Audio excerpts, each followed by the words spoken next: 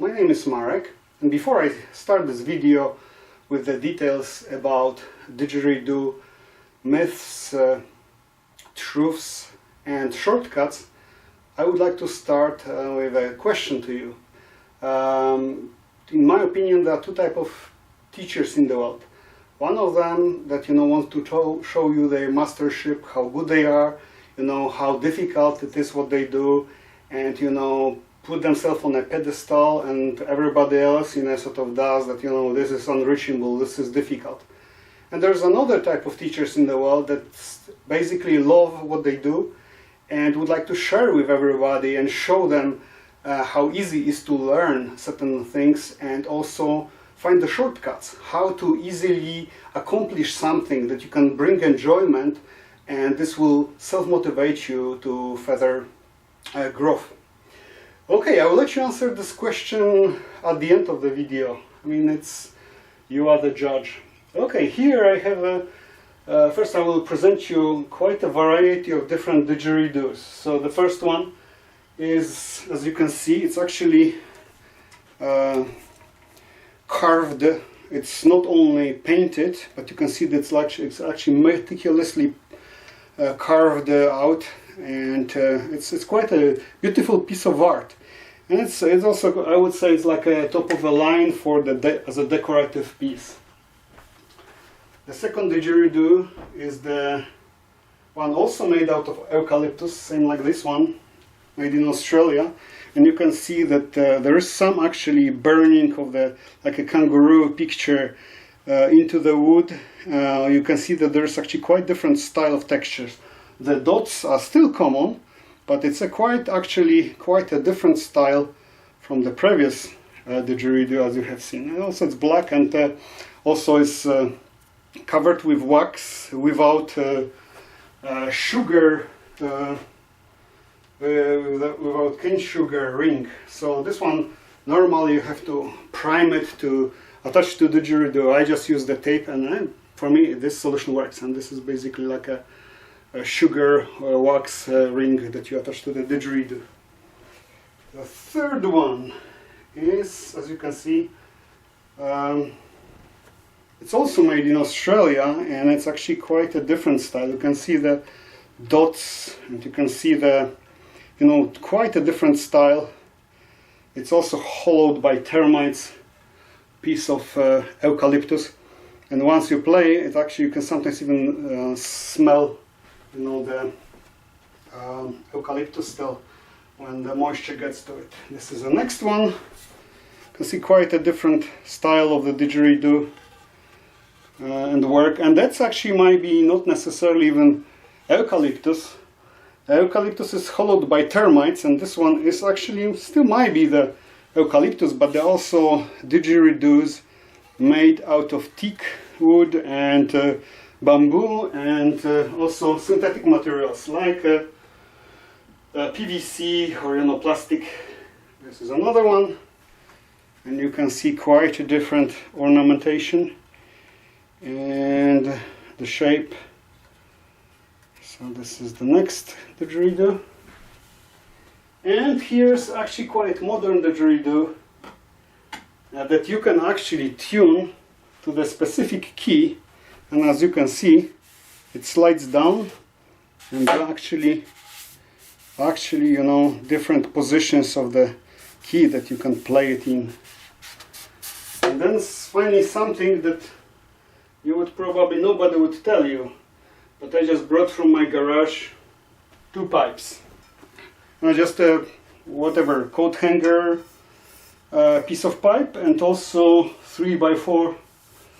Sorry, not 3x4. It's a 3/4 inch pipe, just a regular pipe, and I didn't even trim it to the specific length. So, would you think that this can actually sound as a didgeridoo or not? And what is actually special about it is because you see those pipes are narrow, and they actually make it very easy to learn didgeridoo playing because there's much more airflow. So let me demonstrate it to you. I want to have the sticks falling.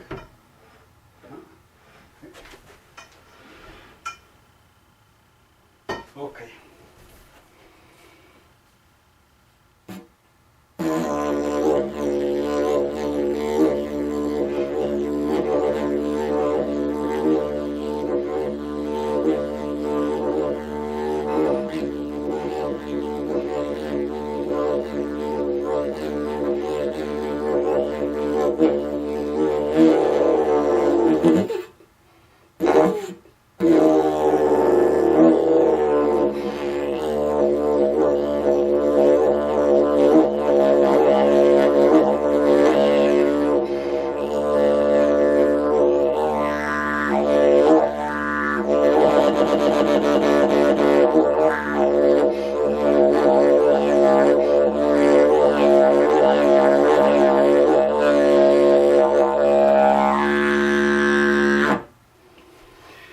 Well, it's just a short demonstration that you can actually practice didgeridoo playing in just a regular pipe or any type of pipe. This, as I said, this is like a coat hanger pipe.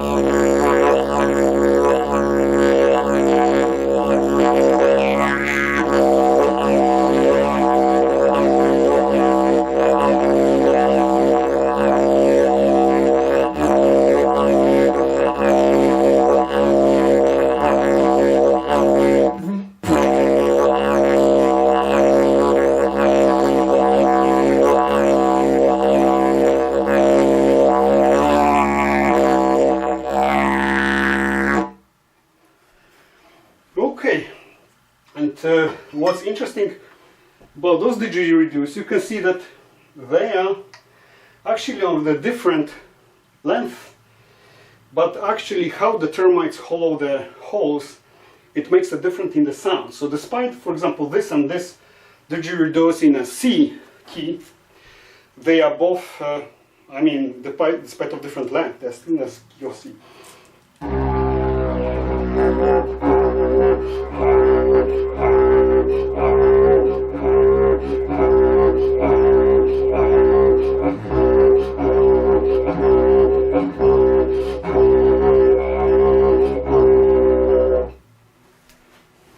That's the one. That's number 2.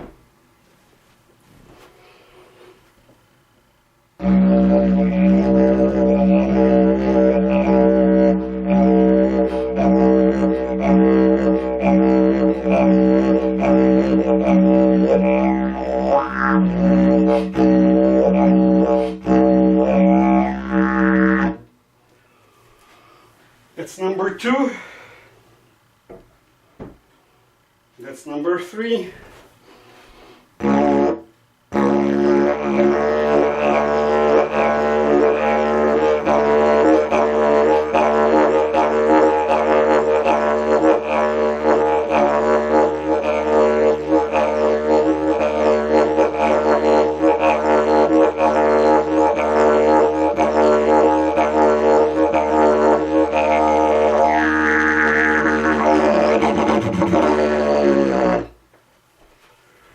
Okay,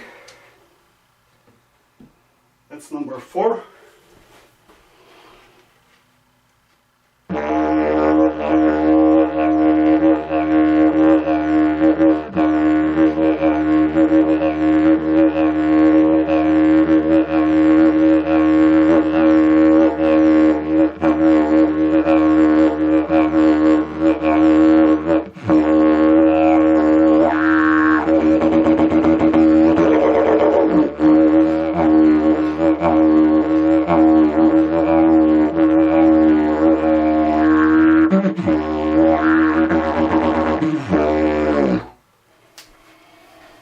That was number 4. That's number 5.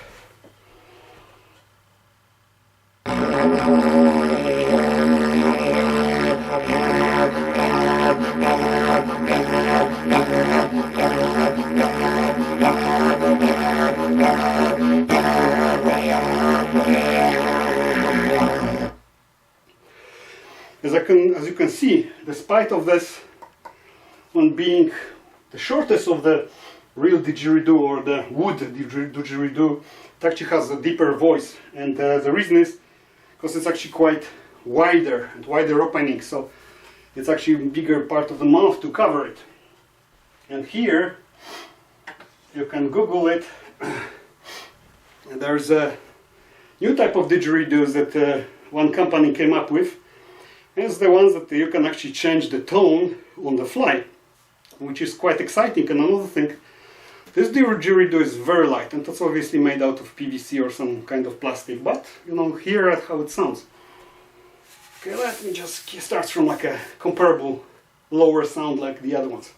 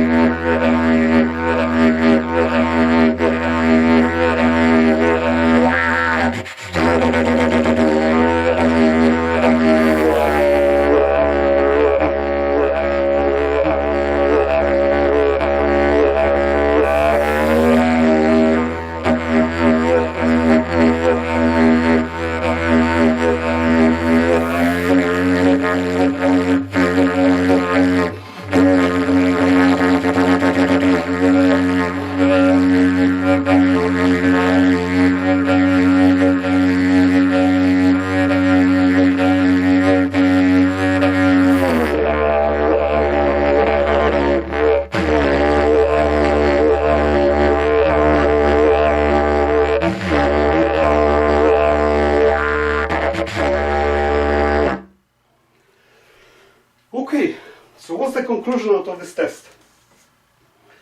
Conclusion out of this test is that in order to start playing didgeridoo, it's much easier to start with something really small. Or even, you know, this is even smaller pipe.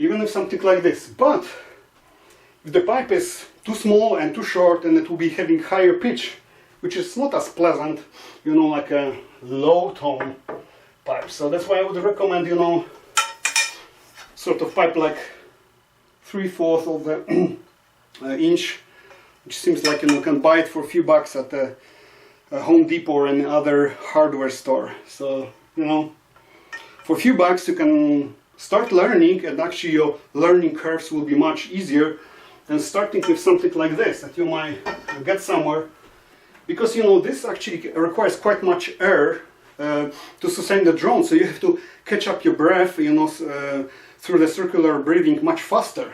And so I will not be talking about circular breathing because I made a video 10 years ago about it. So, you know, if you want to learn circular breathing, my method with a I called it a fish method, like, you know, gulping as a fish and connecting the different phases of the circular breathing, then you can find my video. Now I'm just trying to find the shortcuts for you, what's worth doing. So you see, it's like didgeridoo like this is in particular, you know, effective. It's light, and it can change the key, so you can play actually with other instruments, because it's very difficult to play didgeridoo with other didgeridoo that are in different keys. I tried it at home with my family and it didn't really work well. Another thing with this is, like, you know, you want to have something short for transportation. This is your perfect thing, very light. Those things are heavy, vulnerable to, you know, to damage. Those wax things have to be protected. I would say, you know, you don't need actually a wax piece on top of it unless you play for many hours, because then this rubbing on your face is sort of later you might have like feel a little bit pain on your mouth. But, you know, I mean, if you're playing only for, let's say, 15 minutes, half an hour, maybe even up to 1 hour, you might actually get away like those didgeridoos that are actually without any pieces, you know.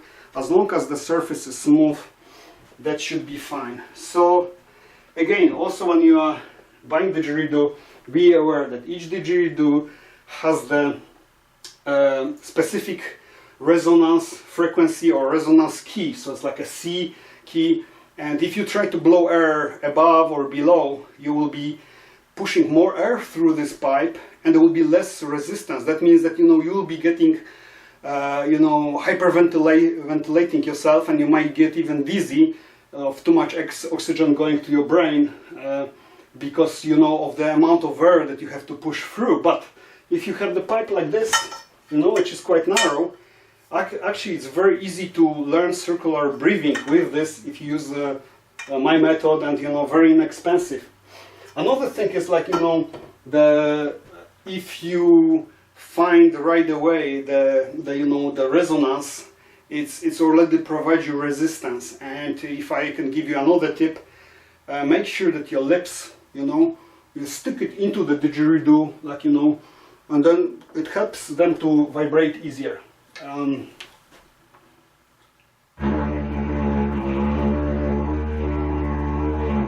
If you try to stick them only very shallow, then they will stop vibrating. If you make them long, like a big type of thing, then they easily vibrate by themselves and sustain that motion. Another thing, you know, when it comes to the clues, is like, you know, you may notice that a lot of didgeridoo players do not play directly to the front, but they use it as a side of the mouth. And the reason is because curvature of our mouth is like this. If you have a wider opening, it's much more comfortable to do it from the side, and also often like supporting it from the side is also a great idea. And that's pretty much, you know, the shortcuts that I had for you. So again, let me wrap it up. Things that nobody actually talks about is that, you know, you don't really need to spend a lot of money to practice the didgeridoo with the maximum effect, minimum expense, and have the fastest learning curve possible with just a pipe that is much narrower and, you know, sort of that more or less size. The second thing is about the resonance, that you need to really focus on the resonance of the didgeridoo, because then the airflow is less. Next thing was to recap that you have to put your mouth in a big type of thing, that the lips will be vibrating much more freely and continuously, rather than stopping the vibration and you have to restart it each time. And another thing, it's probably, you know, didgeridoos, like the wood, if you play for a longer period of time, you definitely need to drink a lot of waters, because a lot of moisture goes out of you and wood is also sucking in that moisture inside. So that's pretty much all, and enjoy the video, enjoy the learning, and good luck on your journey of learning the didgeridoo easier way than everybody else is teaching. Thank you.